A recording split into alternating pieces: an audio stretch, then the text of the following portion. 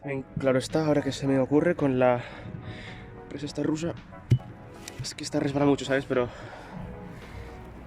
perfectamente, pues aquí, ahora levantarla, ¿sabes? Bueno, da igual.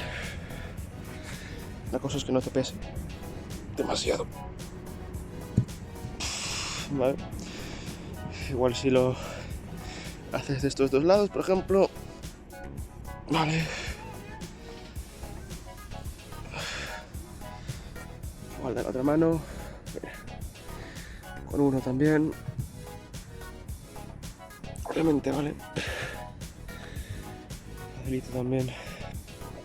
Ya después, si quieres hacer cosas raras, yo qué sé, te pones aquí. Quizás esto para elevación de hombros, ¿sabes? Puede venir bien. Pero hay muchas cosas con una mancuerna de estas, una pesa rusa.